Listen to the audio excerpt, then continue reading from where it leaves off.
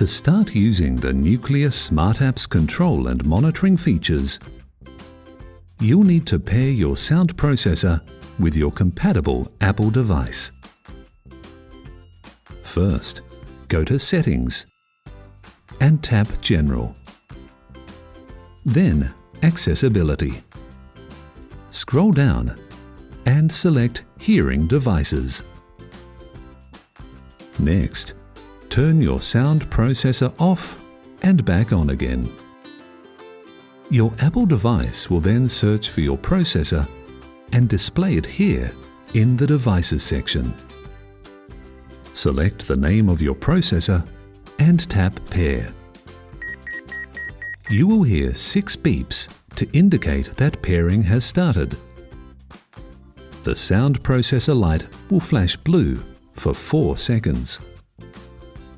The pairing will be finished when you hear a ripple tone and the sound processor light flashes blue for another 4 seconds. The pairing process may take up to 120 seconds. If you have 2 sound processors, both need to be paired during the same pairing window. To do this, turn each of your sound processors off and back on again.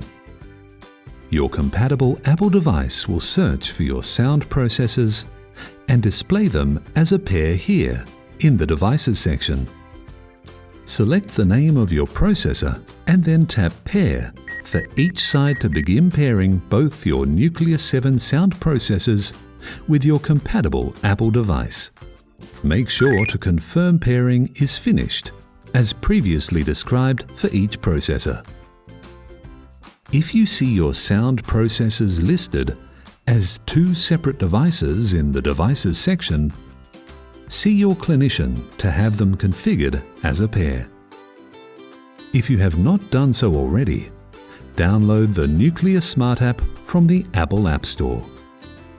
Once downloaded, open the app and log in using your Cochlear account details.